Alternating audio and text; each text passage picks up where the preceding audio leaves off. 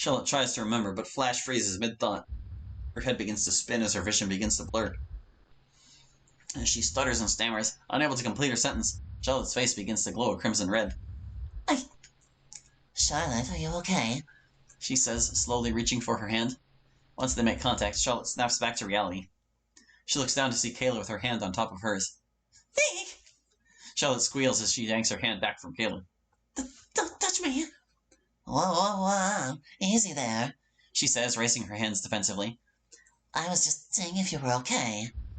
Charlotte doesn't respond, instead breathing raggedly. She can feel her heart pounding out of her chest. Her blood begins to boil.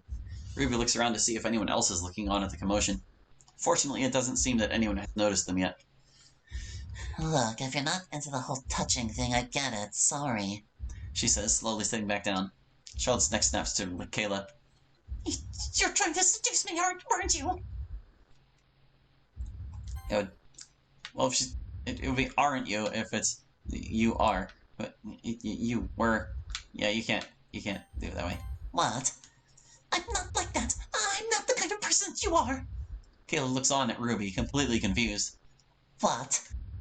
Look, we just wanted to make sure that you were fine. We apologize if we violated your personal boundaries. Charlotte only responds with more deep breaths. Her eyes dart wildly as she rapidly looks between Kayla and Ruby and around the room as she tightly grabs her hair. She then begins to hear a familiar, scathing voice that echoes loudly inside her head. It is enough to have the body tortured without having the soul wrung with remorse. Sinner, God said today, if you will hear his voice. Harden not your hearts to the world's perversion. Then you will remain on the path of righteousness. Near apostrophe here.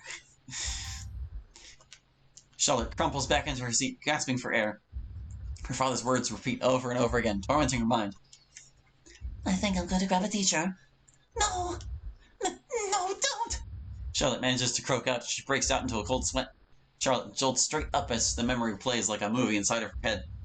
Her ears ring loudly as her mouth becomes drier than a desert. She feels completely numb as if some outside force had taken over her. I remember.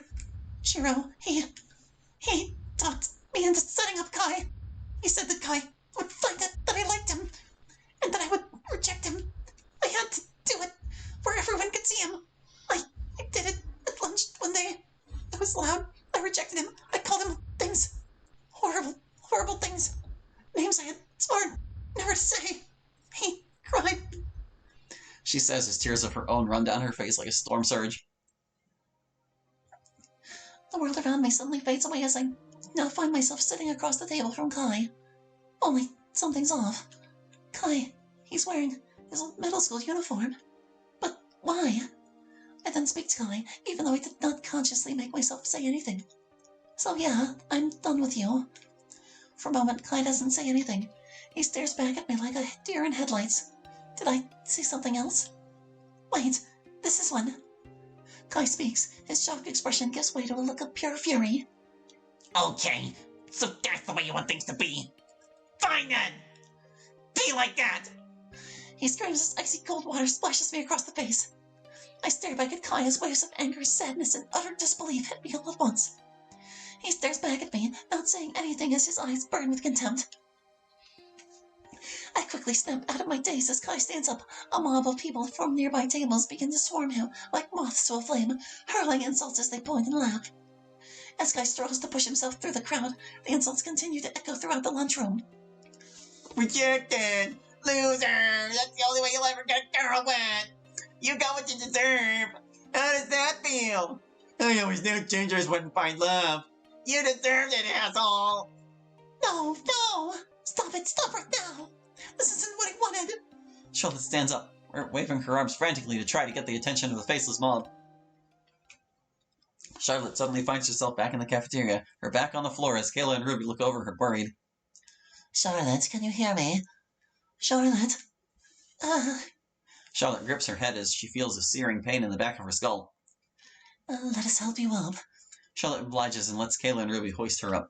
As she gets back on her feet, she sees a familiar person hurrying over to them. Charlotte, are you okay? What happened? Mr. White? Yeah, it's me. It's nothing. She forces out her words. Sit her down, girls. Kayla and Ruby comply with Mr. White's instructions as they sit her back down at the table. Back down on at the table. Several tables of students have now looked on at the commotion, whispering amongst themselves. Kayla notices this and angrily steps forward. She's fine, fuckfaces. It's none of your business. Piss off. Most of the onlooking tables comply with Kayla's instructions. A few students roll their eyes and go back to their meals, while a few elect to ignore Kayla. Please refrain from that language, Miss Allen. Kayla grunts and turns back around. Mr. White squats down in front of Charlotte. Charlotte, do you know where you are? Charlotte lets out a few deep breaths and wipes the sweat from her brow. Yes, I'm at school. Do you remember what happened? I think I had an episode. Mr. White looks over at both Ruby and Kayla with undoubtable worry in his eyes. Is this true? Yes, sir. She was telling us something 1 minute, then she just started freaking out and then fell out of her seat. It was rather sudden. Did you take your meds today, Charlotte? I guess I missed it earlier this week. That's what must have messed me up. Silly me. Do you need to go down to the nurse's office? No, thank you. I should be fine from here on out. All right, well, if you need anything, just come find me, okay? Thank you for your help, girls. No problem, Mr. White. Oh, and Miss Phillips, please cover up next time. Yes, sir. Mr. White nods to each of them and walks away, with Ruby rolling her eyes once she has his back turned. Once he has it. Kayla and Ruby each sit down next to Charlotte. Sorry for making you go through that. Oh, I shouldn't be the one apologizing to you both. I had my episode in front of you two. How irresponsible of me. Don't beat yourself up about it. Really, we don't view you any less than we did before. Huh. Sure, I was right about you guys. You are open-minded. Well, we try. It's good to know his opinion of us hasn't changed since all this happened. No, it hasn't. He was hoping to reconcile with you both. She says, turning to Kayla and Ruby respectively. I actually ran into him this morning. We had a bit of a heart-to-heart. I'm willing to hear him out. She says, looking at Kayla. Kayla looks down at the floor for a few seconds before sighing. He does owe us an explanation and an apology, especially for everything you just told us. I never knew he had it in him to pull something like that, even if Kai may have deserved that. Ruby nods in approval. We're willing to have a sit-down with him. Good, don't trouble yourself. It's between us three. We'll work it out. Okay, good. I'm glad. Charlotte says as she works to get her heart rate under control. After a few minutes, she finally calms down. Okay. Well, I think I should be taking my leave. Thank you both so much for your help. You don't want to stay? We have another 10 minutes. Oh, I don't know. I think I've proven enough of a bother with my questions in episode from earlier. I've overstayed my welcome. No, you haven't, honest. We're happy to finish that lunch with you, we insist. Kayla and Ruby smile warmly at Charlotte, who thinks for a moment before ultimately nodding her head in approval.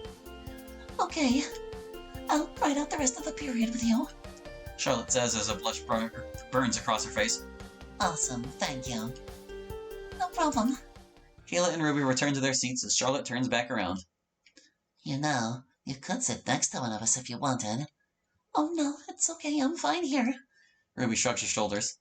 Suit yourself, she says, smiling at her as she returns to her food. So, Charlotte, I did want to ask you something. Yes? What was up the whole... You mean what was up with? The whole seduction comment. I'm not particularly offended or anything, it was just odd. Did something blink there? Ruby shoots Kayla a look of disapproval. Oh, well... I know that we're different from each other. What do you mean by that? Charlotte opens her sandwich container box and stares down at her meal for a second before taking a deep breath. I'm a very religious person. I try to follow the Bible very seriously. I was raised in a very traditional household. Nothing wrong with that, Kayla says as she takes her spoon and takes a sip of her soup. Well, I appreciate it. I've just grown up with certain expectations and ideas of how to behave and how to look, she says nervously. I've always been raised and taught to respect others and to follow the golden rule, but there's certain crowds I just try to avoid because I believe they would be a bad influence on me.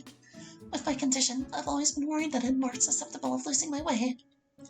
So, when I heard the rumors about you guys, that you were lesbian Wiccans who try to corrupt the boys of St. Salvato, I'll admit I was very apprehensive about meeting you. But Shiro assured me that you were good people, and I can safely say that you guys have proven that to be the case. Even if there may be some truth to those rumors. Kayla and Ruby both share another look.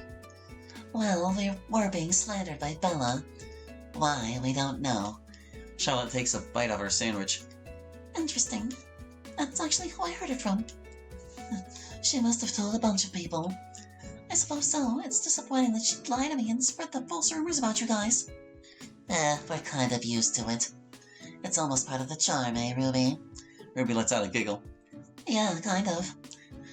So, how much of the rumor is true, if I may ask? Well, Ruby says as she takes a sip of her drink. We're not Wiccans and we're not lesbians. Oh, that's everything. We're bi. Charlotte stops herself mid-sentence. Oh. Kayla and Ruby look at each other, trying to hold back their laughter at Charlotte's reaction. The only satanic thing I ever tried to do was I played around with a Ouija board when I was in middle school. It's a scam, not even worth it. I may have dabbled in witchcraft with casting a few good charm spells. No idea if it ever worked or not. Supposedly it did, but I honestly think it was more of a coincidence than anything else. Interesting. Charlotte nervously smiles as she digs into her food. Yeah, but this was all years ago. It was more of a passing interest than anything else. Ruby nods in agreement. I also don't know where this whole corrupting the boys thing came from. That's crap. Yeah, but I guess that had to do with how we dress. I did notice that. Yeah, I never really cared about the school's dress code all too much. For the most part, I get away with it, and I like the attention it brings. Kayla here used to dress just like me. We were twinsies. And then she decided she was done with that and started covering up more. That was a passing interest of mine as well. I don't mind dressing a little flashy, but I got tired of my old look mostly because I got tired of being told I don't have the tits for that. Charlotte simply nods as she struggles to keep a friendly face. We also had a few rumors that we did drugs, like the hardcore shit, that I can say we've never done. I might have done a puff pass at a few parties I went to. I don't really like the smell of it. Yeah, same here. Tried it a few times, but never got into it. I like vodka, though. Sucks that I can't have too much of it without getting plastered. For real, I've always been a wine kind of gal. Red wine and mix it with some juice, that is the shit. Charlotte's face twitches, to which Ruby catches. Oh, sorry if we curse too much. It's a bad habit. Oh, it's fine, I'd just prefer it if you didn't curse. We'll try, sorry in advance if it slips. Oh, good. Yeah, sorry if we've made you uncomfortable, too. I know we're different types of girls. But no reason we can't be friends, right? Well, any friend of Shiro is a friend of mine. She says with a smile as she takes a sip of her drink. I've always been taught to try to respect others who are different. Even if it's radically different from what I'm used to. Apostrophe S. But I'd be willing to give it a try. For Shiro's sake as well. I think he'd benefit from having a united friend group. Well, that depends on how our talk with him goes first. You're always so pessimistic, you know. I'm just a realist. But I'm hopeful we'll patch things up with him. I'd be praying for you guys, or I'll be praying for you guys. You're so sweet. Charlotte manages a small laugh. The three girls continue their conversation as they finish their meal.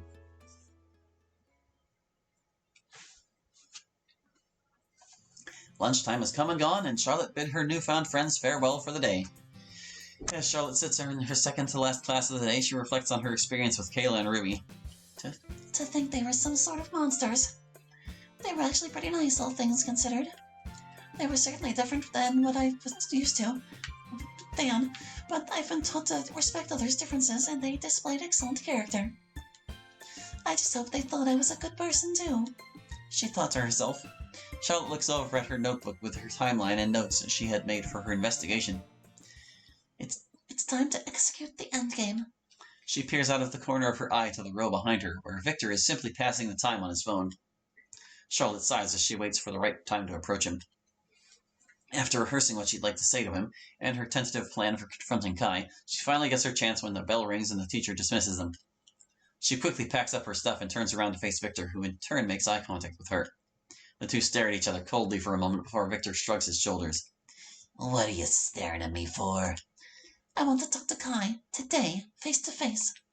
Victor lets out a chuckle. Look at you trying to boss me around.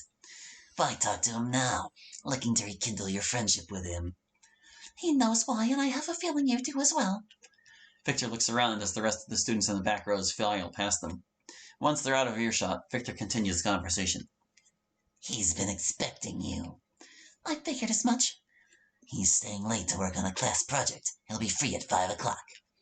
He'll meet you on the roof then. Come alone. Geez, 5 o'clock? She'll have to find something to do for an hour after science club ends. Not to mention she'll either need a ride or walk home. I feel like that could have been an inner monologue. That's when he's available. Take it or leave it. I'm not his secretary. Charlotte groans. All right, tell him I'll meet him then. I want him to come alone as well. I'll communicate your request to him. Victor stares at Charlotte for a few seconds before brushing past her.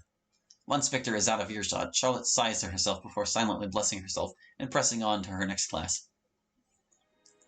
The rest of the day has dragged on for Charlotte as her face-off with Kai awaits. Every moment that passes is just one more moment closer to confronting the boy that she had emotionally savaged 2 years ago. How much has changed with Kai? She wondered to herself.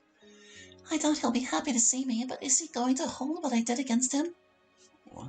What would he want me to do?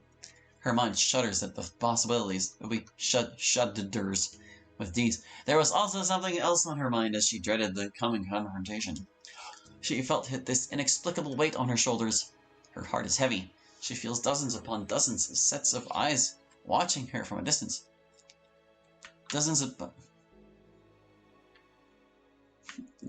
about this feels wrong. Dozens upon dozens of sets of eyes. I don't know why this feels wrong. I'm not sure. I don't know. Something's wrong there. Something's wrong. Even though she knows she's basically alone in the empty corridor. No matter how hard she tried to reason with herself, there was no logical sense to why she was feeling this way. Reason you need with there, yeah. No, this was purely emotional. Charlotte takes a look down at her hands.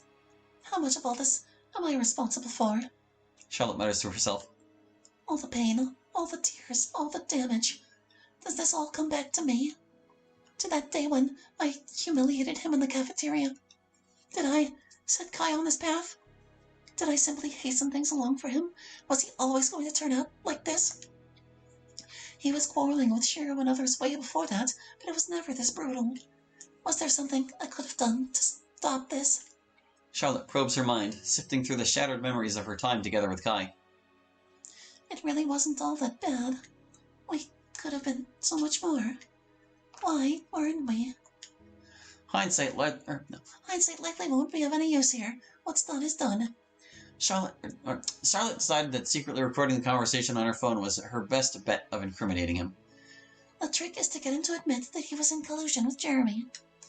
Just even getting him to take credit for the anime club's demise could be enough to seal his fate. But will he try to lead me on by filibustering or tangling me in a web of lies?